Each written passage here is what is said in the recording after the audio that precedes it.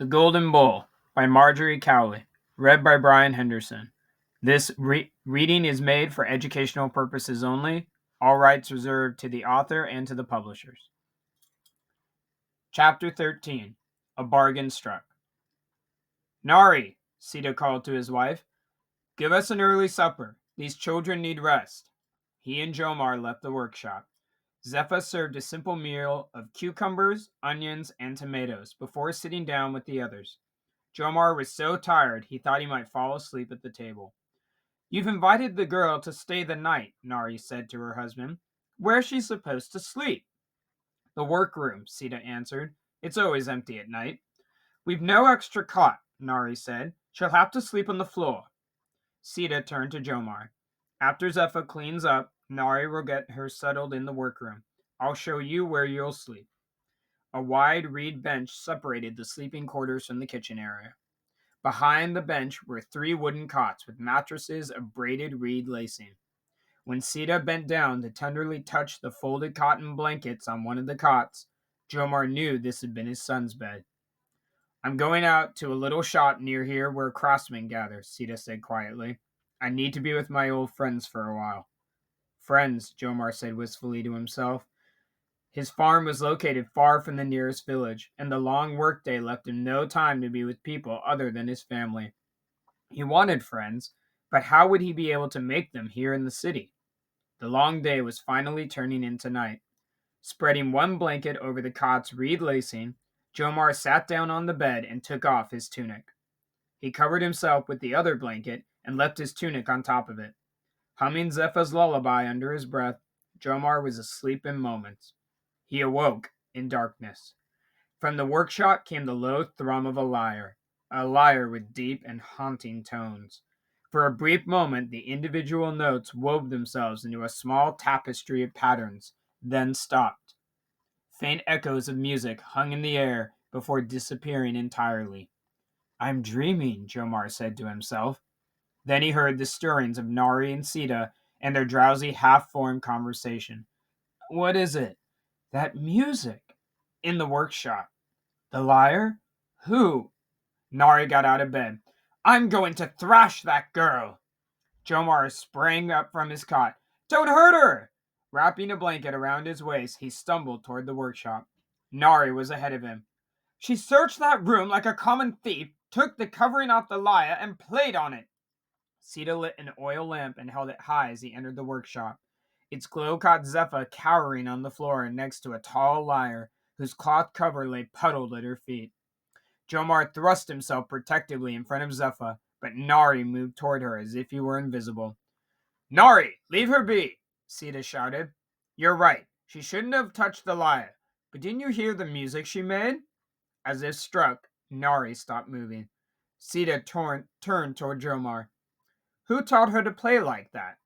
I I made a small lyre when she was little, Jomar stammered. She taught herself how to play it. Sita spoke in a faraway voice. I've never heard the music this lyre can make. Beautiful sounds, rich tones. The gods have sent me a sign. Nari's head jerked up. A sign? What sign? Sita gave no indication that he'd heard either Nari's question or Zepha's soft weeping. He sat down heavily at the table. Last year, Kurgel, the temple music director, had me come to the temple to see an extraordinary lyre that had been crafted by the temple craftsmen. My assignment was to embellish this instrument. Embellish? Jomar asked in a small voice. Yes, embellish. To decorate it in such a way that the lyre would be more splendid than any known, Sita said. It was a great honor to have been chosen, Nari interrupted. Again, Sita ignored her. I look forward to working on it with my son, Aban, already a skilled craftsman. We went to the temple frequently to examine the lyre. We discussed our ideas for its embellishment endlessly. He broke off and rubbed his eyes with the back of his hand. Aban died before we were to begin. Jomar thought this might be the time to ask his question. How did Aban die? Sita did not speak for a moment. I sent my son to inspect a shipment of carnelian gems on a trading boat anchored out in the harbor, he finally said. The gems were bound for the temple, so they had to be of the finest quality. He looked up, pride in his eyes. My boy was a good judge of gems. He paused again. Metal tools crated for export were foolishly hauled off the boat before they'd taken off large stones that were coming into the city for temple statuary. The boat wasn't built to withstand such a heavy load. It sank. And your son drowned, Jomar said quietly. Nari's body seemed to cave in on itself on hearing Jomar's whispered words. With an effort, Sita went on. I did not have the heart to work on the lyre without a bond. I went to Kurgal and urged him to give the assignment to another goldsmith.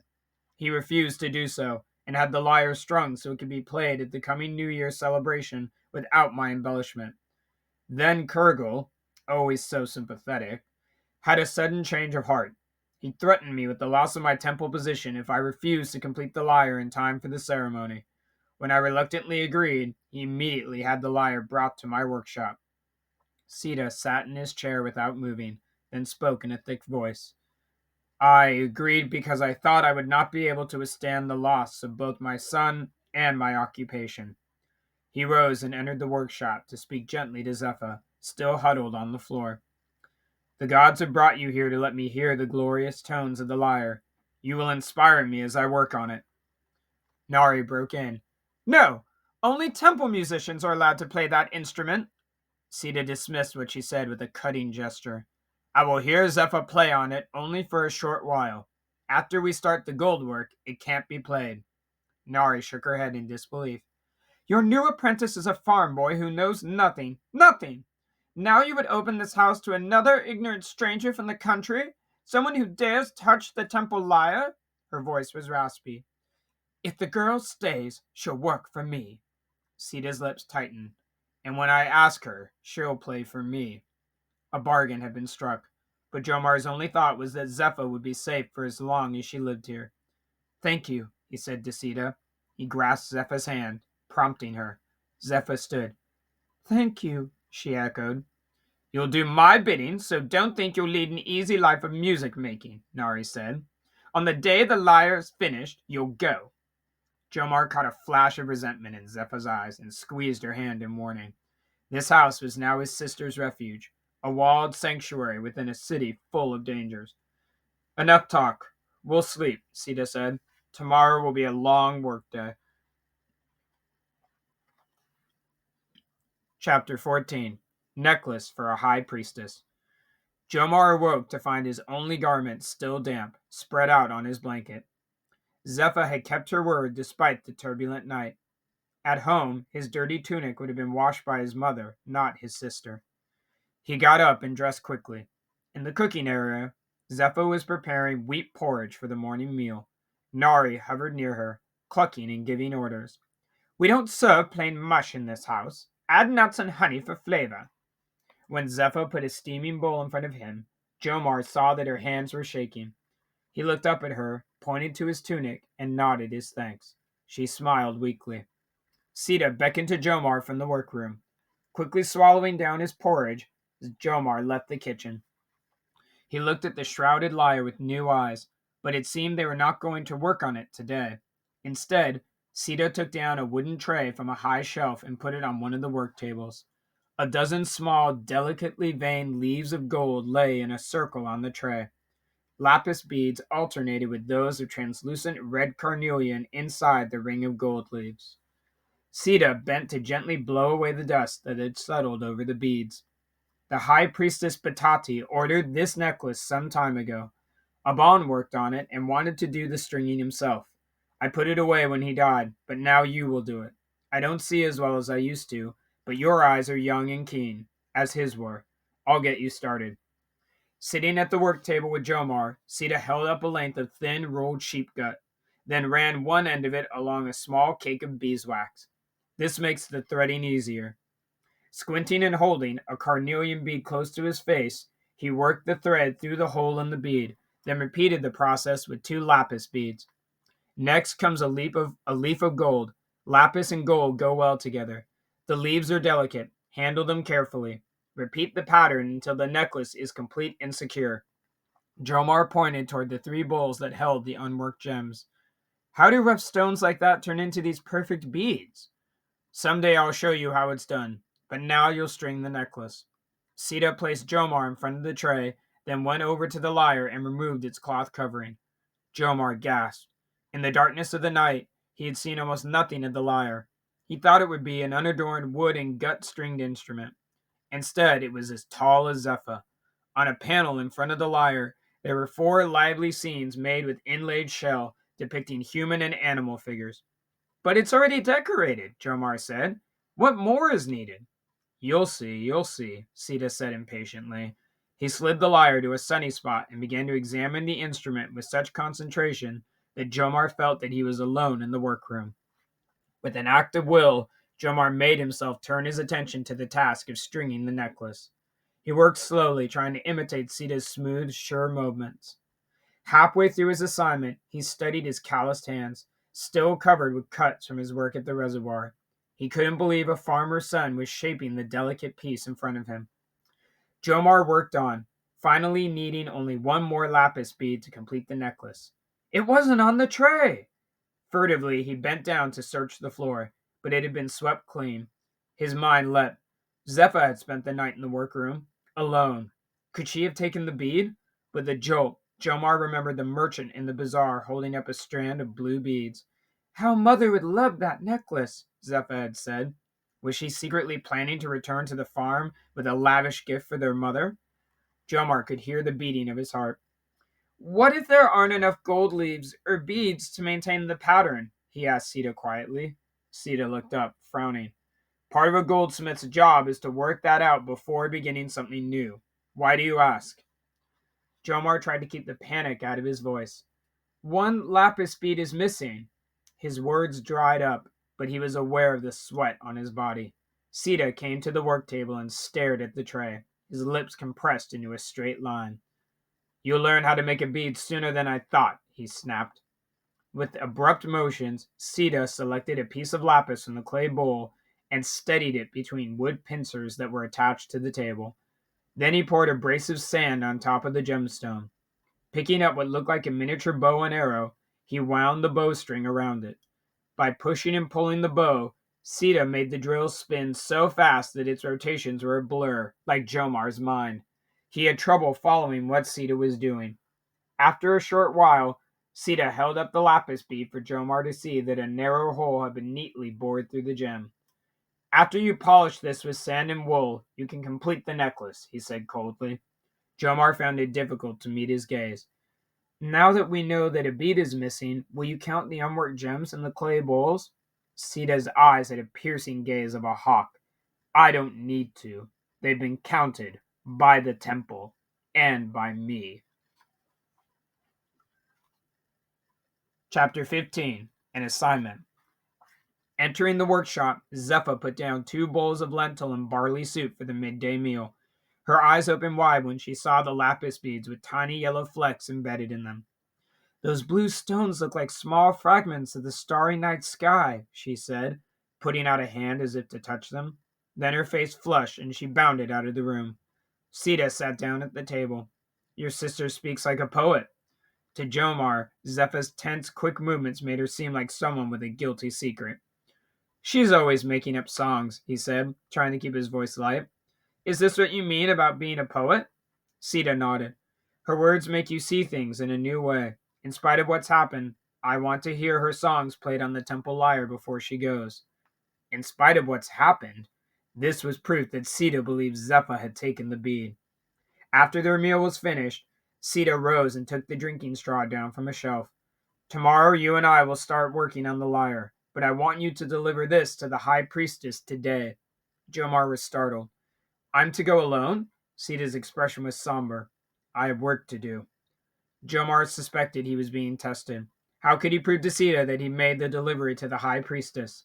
Sita wrapped the drinking straw in a length of cotton cloth and tied it with a braided strip of leather. The end of the leather strip had been inserted into a lump of clay on which a small design had been impressed. Jomar touched it. Why is this bit of clay here?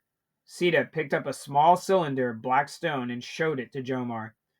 I used this seal to press the design into a moist square of clay. Jomar had to look intently to see the design carved on the little stone scroll. Oh, it's people drinking beer. They're long straws. It is, Sita said. I've made many gold straws for the temple, so I decided to make that little seam my mark, my symbol. He gave the wrapped package to Jomar. Walk quickly to the temple. Don't call attention to yourself. Temple staff and craftsmen are allowed to use the back entrance. But I'm not really a craftsman, Jomar said. Will they let me in? Show the guard my seal so he'll know I sent you, Sita said. Ask where the chambers of the High Priestess are located. Batati is powerful and proud. Show her every deference in your gesture and speech. When your task is completed, return home immediately. Home. Did Sita truly accept him as part of his household? Jomar saw that Sita was waiting for his response. I'll do as you say. But his thoughts were in such a jumble that he had to think hard to remember what Sita had told him. He left the house with the package tucked under his arm. Zephyr was coming toward him carrying a mesh bag filled with fruit and vegetables. In spite of the drought, the temple managed to feed its staff well, Jomar thought resentfully. With a start, he realized that now he was one of those working for the temple. Nari walked behind Zephyr, unburdened. Her eyes darted to the package that Jomar held. What are you carrying? Where are you going? Sita is sending me to deliver the drinking straw to the High Priestess, Jomar said. Too trusting, too soon, she muttered, sweeping past him into the house. Jomar glared at her back, then started off toward the temple. He tried to achieve a relaxed stride and a carefree expression, but the long package was awkward and Sue drew unwelcome attention. A boy about his own age came out of the house next door and came up to Jomar. Falling in step with him, the boy casually tossed a ball made from an inflated animal bladder from hand to hand. You must be the goldsmith's new apprentice, he said. I am, Jomar said, increasing his pace. The boy walked faster to keep up. My name is Gamil. The goldsmith's son Abam was my closest friend. He cleared his throat, but the next words came out in a whisper. I miss him. He shook his head and hurried on. Abam was so proud of the work he did on the pieces made in his father's workshop. Jomar wanted no part of a conversation that would compare his poor skills with Abam's. He shifted the drinking straw to his other arm and looked straight ahead. I'm sure Abam was well trained and talented. Gamil pointed to the package. I know that Sita doesn't permit anything to leave the workshop that isn't finished, so you must be taking something to the temple. Probably something wonderful. Am I right? Why did he want to know? Hadn't Sita warned him to be wary of city people? I have a delivery to make, and no time to talk. Gamil's shoulders fell, and he dropped back. Free of Gamil, Jomar abandoned his effort to appear confident and in control. He grasped his package firmly and hurried on with his head down. Nearing the back of the temple, he stopped short to avoid running into a tall man with a protruding stomach who seemed to have deliberately put himself in his way. Jomar looked up. Malik! The lips of the temple official were twisted into the same superior half smile that Jomar loathed.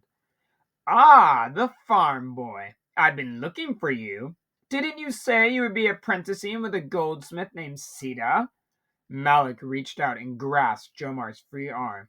You must be carrying something valuable. Let me be, Jomar said. I have business to conduct in the temple. Malik exerted more pressure. Such a responsible job for one who ran away from his responsibilities. Jomar tried to appear confident. I'm not your slave, he said, and instantly regretted using the word. You're not, but your sister is, Malik said. She's not only a slave, but something more serious, a runaway slave.